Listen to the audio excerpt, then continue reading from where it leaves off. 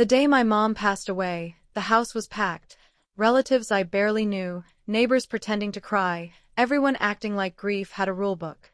I tried to blend into the background, to make myself invisible, but then we stepped into the living room.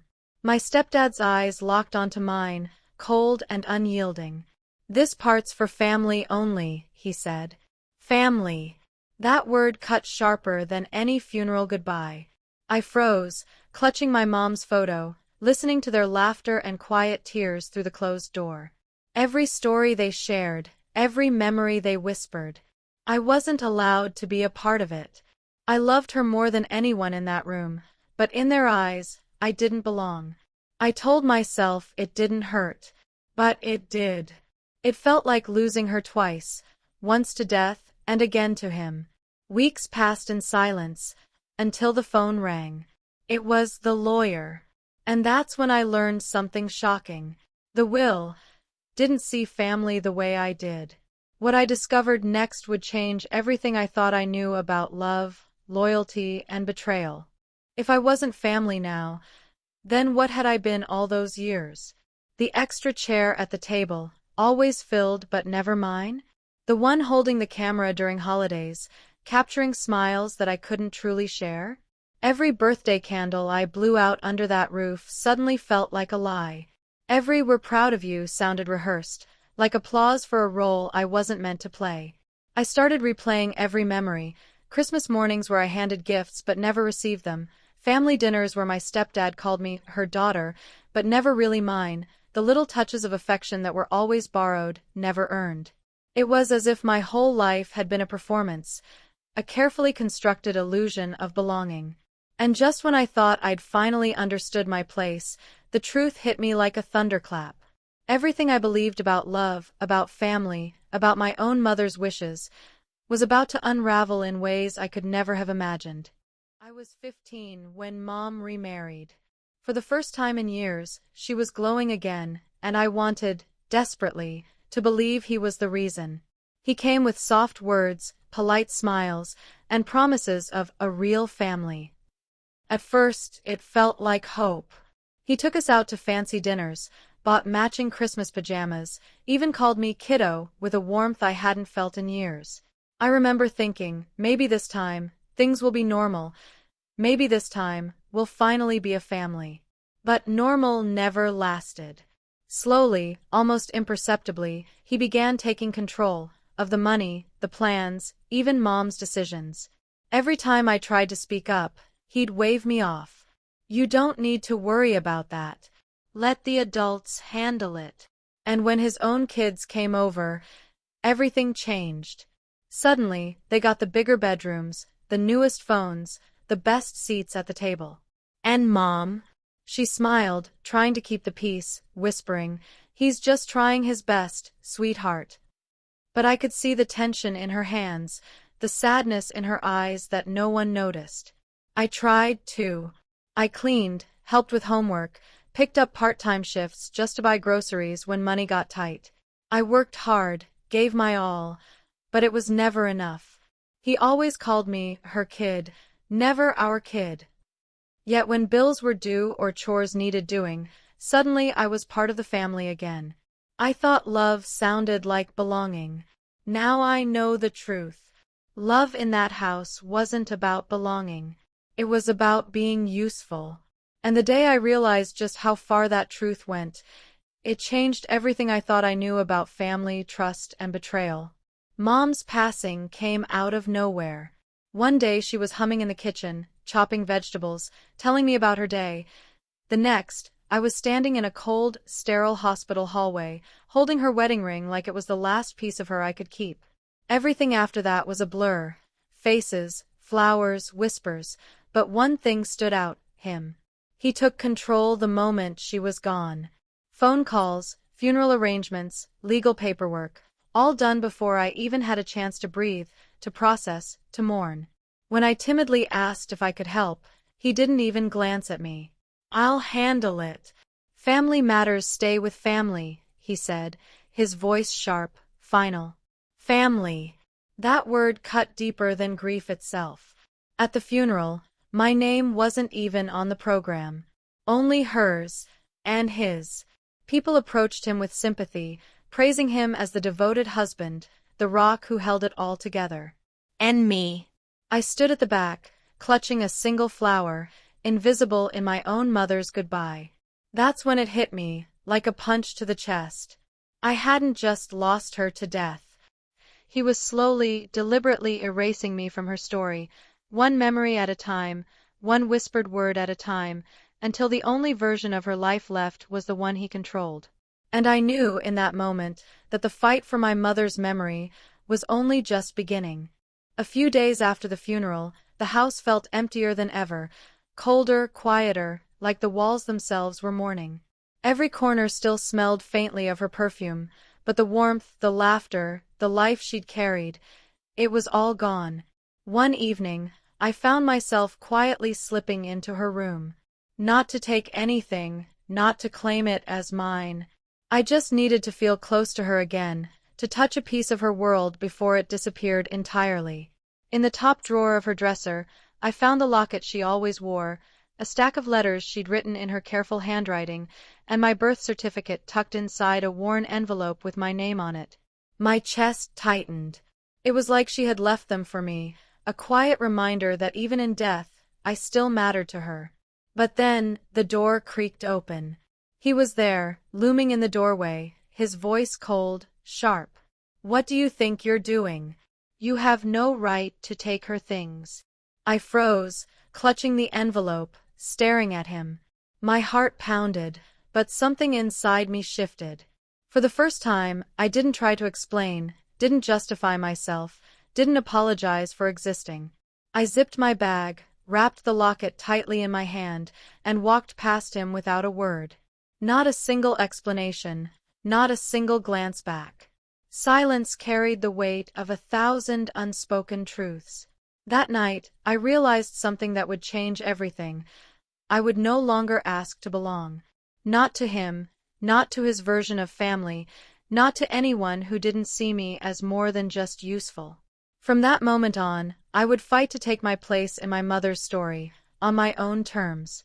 The next morning, I went to the front door, and my key didn't fit. I tried again, twisting, jiggling, hoping it was just a mistake. But no. The lock had been changed. Through the window, I saw boxes stacked neatly in the hallway. My things. Everything I owned, packed up as if I were trash, waiting to be discarded. My heart sank, a cold pit forming in my stomach. He was standing there, arms crossed, his face unreadable, emotionless. "You made your choice," he said, his voice sharp and hollow. "This is my house now. You're not part of this family anymore." Family. That word again. He wielded it like a weapon, cutting through what little connection I had left to the people I loved. I gathered my bags in silence, feeling each step heavier than the last, and walked down the street without looking back. No money, no safety net. Just the small envelope with Mom's documents and her locket pressed tightly to my chest, my only tether to the life I'd lost. Over the next few weeks, whispers followed me like shadows. Relatives stopped answering my calls. Friends avoided my texts. He had spun a story for the world. Mom had left him everything, and he was the one she trusted to handle it all. In photos that arrived in the mail, he posed proudly beside her framed picture, smiling like he had already rewritten the ending of her life and mine. Then, one gray afternoon, an envelope arrived at my new, tiny apartment. My hands shook as I tore it open. Inside was a letter from a law firm. A will reading had been scheduled for the following week. For the first time since Mom's passing, something stirred inside me. Not hope, not relief, but a spark.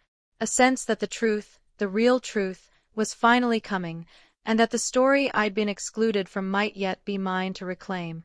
The lawyer's office was eerily quiet, the kind of silence that made every breath feel loud, almost deafening. He was already there when I walked in, my stepdad, leaning back in his chair with that smug, confident smile that always made me want to punch a wall. He didn't even glance at me, just tapped his fingers on the armrest like he was the star of the show, like he'd already won. The lawyer cleared his throat, shuffling papers, and began reading aloud. At first, it was the usual stuff: funeral costs, small personal items, mom's jewelry. I nodded along, heart hammering, pretending I was calm. Then came the part everyone had been waiting for: the house, the savings, the insurance policy, the things that mattered. My stepdad straightened in his seat, ready to hear his name, ready to claim what he thought was his. But then, the lawyer paused. His finger hovered over a folder, then he pulled out an envelope sealed with careful precision. "There's a letter," he said, "addressed to her daughter." He handed it to me. My hands shook so badly I almost dropped it. I took a deep breath, opened it, and saw Mom's handwriting, soft, careful, unmistakably hers, filling the page. "If you're reading this, it means I'm gone. Everything I worked for, all of it, is yours. Because love isn't something you have to earn, and it's never something you have to prove." The lawyer looked at me, nodding solemnly. And then I saw it. My stepdad's face, the smug mask had vanished. Pale, twitching, trying to speak, but no words came out. The lawyer continued reading, confirming every single word. The house. The savings. Everything that carried her name. Everything he thought he could claim was mine. For the first time in years, the silence in the room shifted. His arrogance crumbled, shrinking into a quiet I had never seen before. And in that moment, his silence felt smaller, weaker, and utterly powerless compared to mine. He shot up from his chair so fast it scraped against the floor, shattering the tense silence like a lightning strike. "This is ridiculous. She must have forced her to change it. She manipulated her." His voice trembled with anger, desperation, and disbelief all at once. The lawyer stayed perfectly calm, sliding a folder across the polished desk. "All signatures are verified. The document was updated 6 months before her passing, at her own request." My stepdad's face twisted with rage, veins bulging, eyes wild. "You think you can just walk in here and take what's mine?" he spat, pointing at me as if the words could make them true. I looked at him then, really looked, and for the first time, I didn't see the man who had tried to replace my father, who had wielded family like a weapon. I saw a stranger, a man who had built his comfort on someone else's love, someone else's sacrifice. I didn't shout. I didn't argue. I didn't need to. I gathered the papers, carefully tucked Mom's letter into my bag, and stood. The silence stretched for a heartbeat, heavy and electric. He called after me, voice cracking. "You're ungrateful. After everything I did for you." I paused at the door, letting the weight of my next words hang in the air like a verdict. I turned slightly, voice soft but sharp. "You didn't do it for me. You did it for her. And now, she's done doing for you." Then I walked out. Not a scream. Not a tear. Just the quiet echo of my own steps, leaving behind the sound of his world collapsing like glass shattering on a stone floor. And in that moment I finally understood what it meant to belong, not because someone gave me a place, but because I claimed my own. It didn't take long for the truth to ripple through the family. By the end of the week, everyone knew. Every relative he'd lied to, every friend fooled by his polished, devoted husband act. The will had been verified, signed, sealed. Every claim he'd made, every boast about what was his, crumbled under the weight of reality. He tried to fight it, of course. He called the lawyer, pleaded, threatened, but the papers didn't care about his anger. One by one, the people who had once lined up behind him began to turn away. Calls went unanswered, whispers followed him down the street, and the same relatives who had smiled at his lies now acted as if they'd never believed a word. Eventually, I got the final notice from the attorney. He had moved out. The house, my mother's house, was officially mine. I remember standing in the doorway that evening, sunlight streaming across the floorboards, dust motes dancing like tiny memories in the golden light. For the first time, it felt different. Peaceful, honest, undeniably mine. He had once told me I wasn't family. that I didn't belong. That word had been his weapon for so long. But now, even the walls seemed to remember who I was. The air carried her laughter, her warmth, her love, the love that had always been mine. And I finally understood. Belonging isn't given. It's claimed, protected, and honored. And I had done all three. The house is quiet now, but it no longer feels empty. I've started filling it with pieces of her, framed photos on every wall, her favorite candles flickering softly in the evenings, the old clock she used to wind every night, its steady tick now a heartbeat of memory. Each corner carries her warmth again, her laughter echoing in the rooms, not his shadow. On her desk, I placed the letter she wrote me, carefully beside the framed copy of the will. Not as a reminder of what I inherited, but as proof of what I deserved.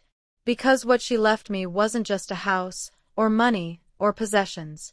It was proof that I was never wrong for wanting to belong, for loving, for standing my ground. Some nights I still sit alone, talking to her, telling her how peaceful it feels now, how I'm learning to breathe again in a home that finally feels like mine. And in those quiet moments, I almost feel her there, smiling at me, proud, the warmth of her presence filling the air, reminding me that love never truly leaves.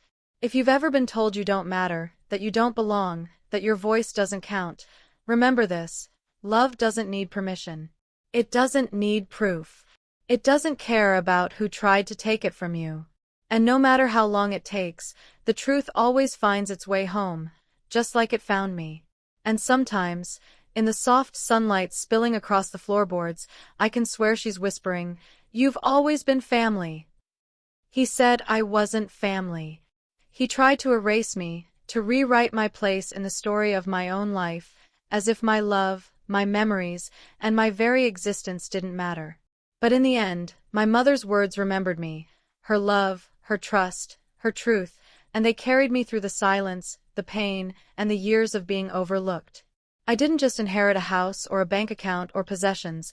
I inherited proof that belonging isn't something others give you.